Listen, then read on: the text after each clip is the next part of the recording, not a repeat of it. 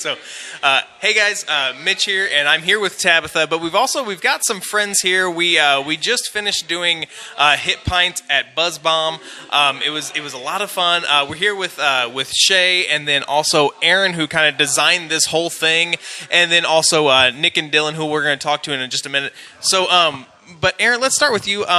What did we just play? So we played a role-playing game, which is similar to Dungeons & Dragons is the one that everyone's heard of before. But we played a game called Fantasy Age, which is a similar system. I think it's a little bit simpler than D&D. It doesn't use as many strange sided dice. And we ran through an adventure that I wrote with characters and locations that I came up with. And each of the players took on a persona. Was there a character that you guys basically pulled from a pool, pretended to be that character for a while, and so all the interactions and decisions that character made was something that each one of the players got to participate in. Now, I know because you said like a couple times during the play that you had basically done like a test run or whatever. So like, tell me about like how long did it take for you to like come up with this, and like what, without going into too many details, like what things did you tweak from the test run to now? Okay. Well, as far as coming up with the whole thing, I talked to Josh Flanders, who takes care of Buzz Bomb here, and he had talked about having a role-playing game run here. And so I thought that sounded like a good idea to get some more people into the hobby.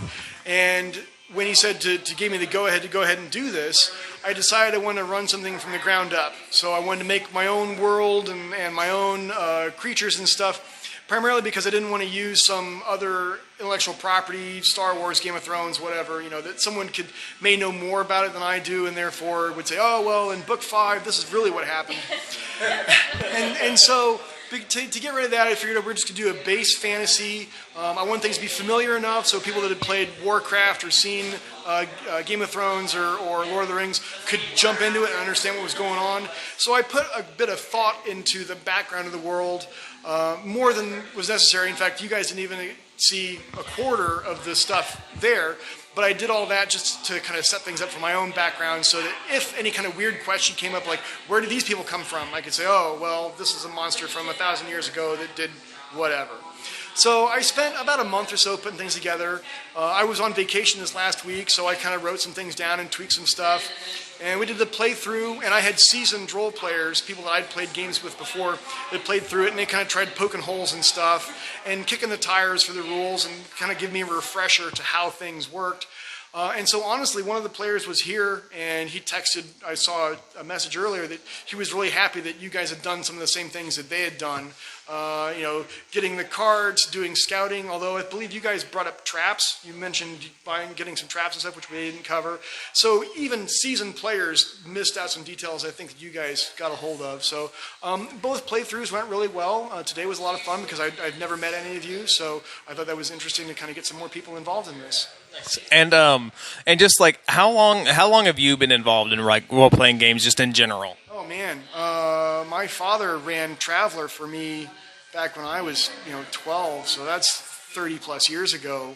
And Traveler was a science fiction game from the 80s, and it was really dangerous. Like it was dangerous for the characters. I mean, the game, of course, it's people around a table, so there's no danger involved in that way. But like I was telling these guys earlier, that your character could potentially die while you're making it up, because of the charts and tables and things that you had to roll on.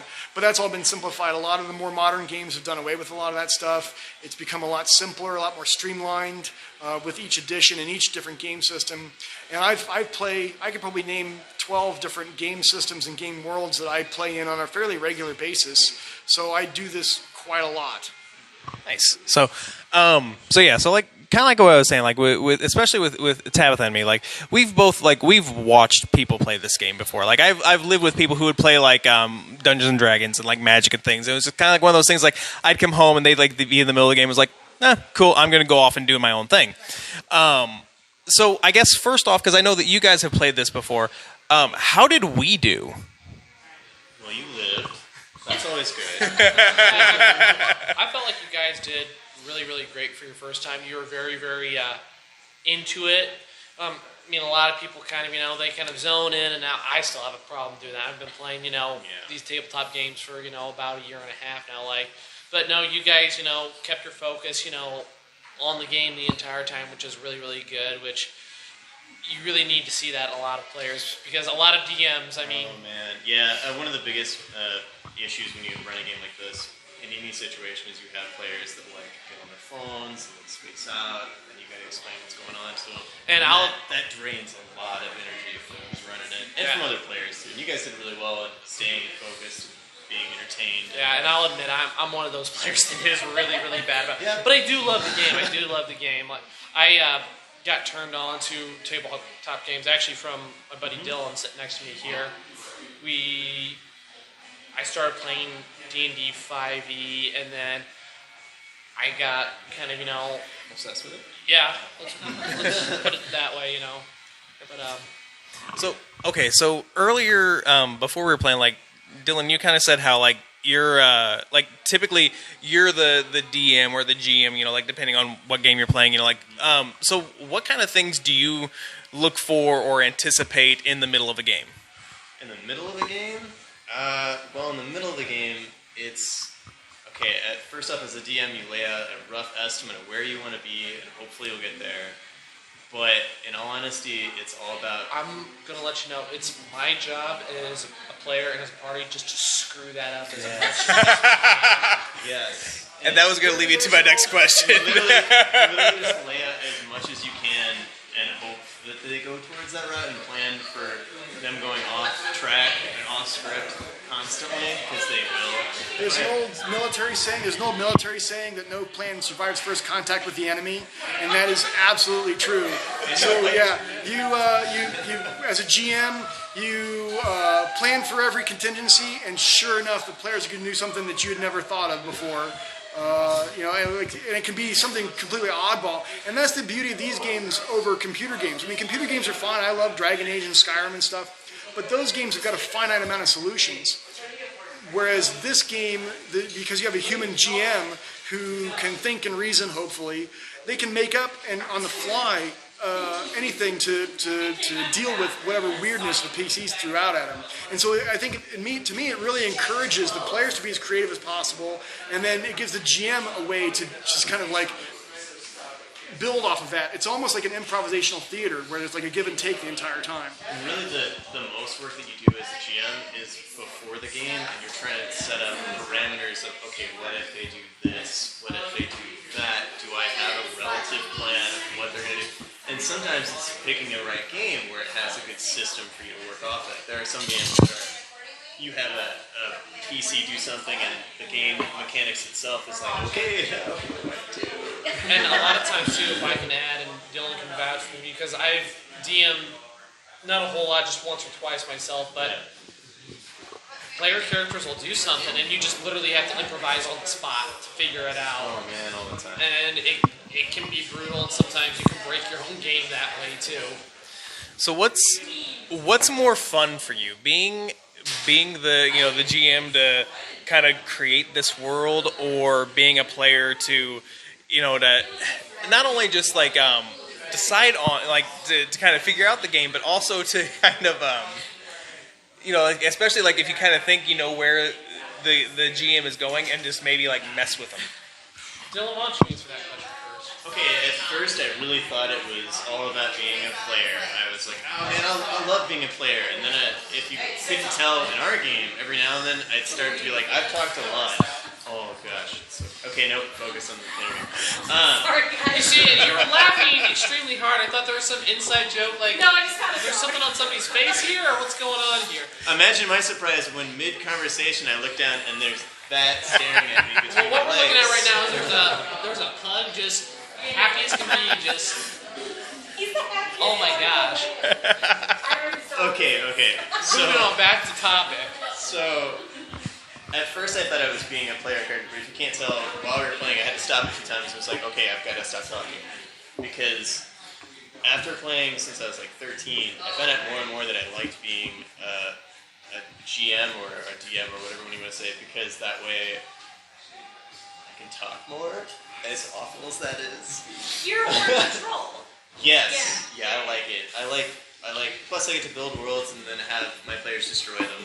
Right. Well, that's something I want to point out. Granted, I don't have a whole lot of experience like you, Dylan, but for the few games that I have, tried to create. He's got a ridiculously more experience. Right. What I was saying, 2 or 3 games. the nice thing about being the DM is you can just flesh out your universe in almost any way you want.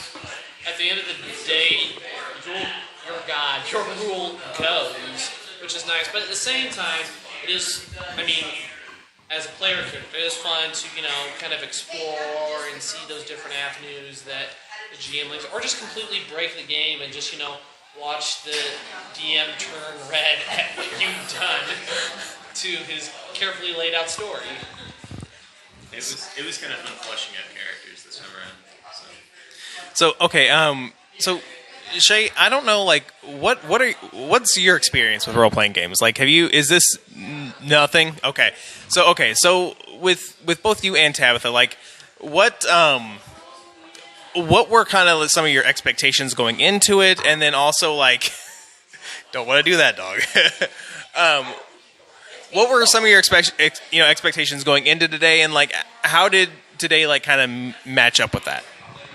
I had no expectations. Yeah. I didn't realize how involved it was, and it is, like you said, like a lot, like theater-wise, like playing off of more like improv, I guess, more than anything, playing off other players, and actually trying to like critically think of ways to move on. Yeah. I spent a lot of years watching people play D&D, and I had a hot minute where I was like, ooh, Magic the Gathering. But, like, this was my first, like, foray into, like, with a large group of people playing. And, like, I found it really interesting. My creative side sometimes struggles in public, so it was nice to be put on the spot, almost. I think if I had been in, like, a private setting more with, like, people I'm comfortable... This dog.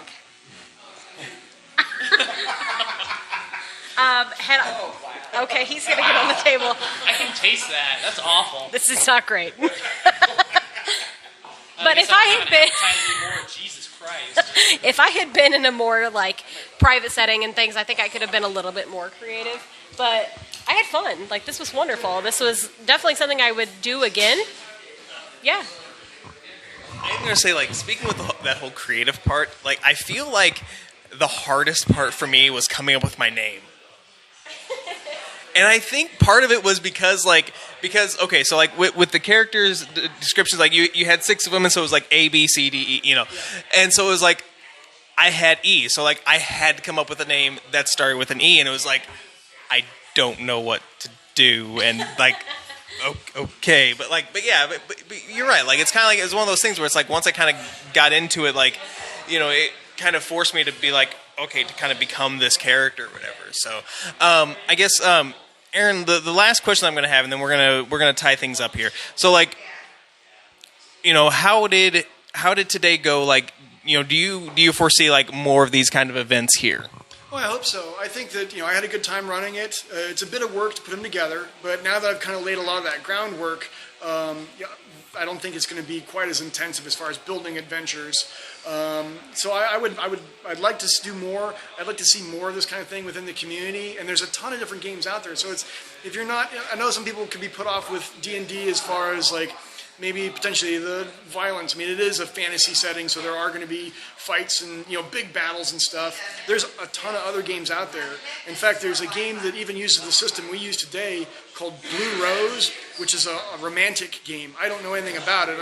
It's just I'm going to fight. So I've never played it, but it's a game that's based around courtly romance. Yeah, I know.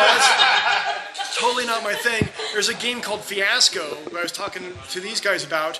That's basically, it's a Coen Brothers movie. You generate a plot and characters all in one setting. It's all played over the course of about 3 hours. It usually has about 3 or 4 people at a time, but it has all the kind of elements you have in the sort of cinematic settings where you have like a MacGuffin that you have to find, and everyone wants the MacGuffin, and they're all struggling to get it, and then there's a betrayal and a backstab, and the game sort of helps you narrate those stories.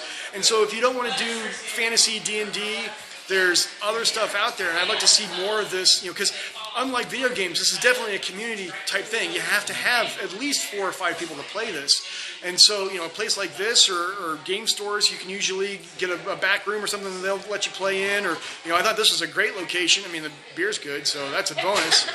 But so I'd like to see, instead of people going and just sitting and watching television and watching sports or whatever, people came together and told stories. I mean, even if they're bad stories, it doesn't matter. They're creative. They are getting together and creating a work as a community. And I think I'd like to see more of that.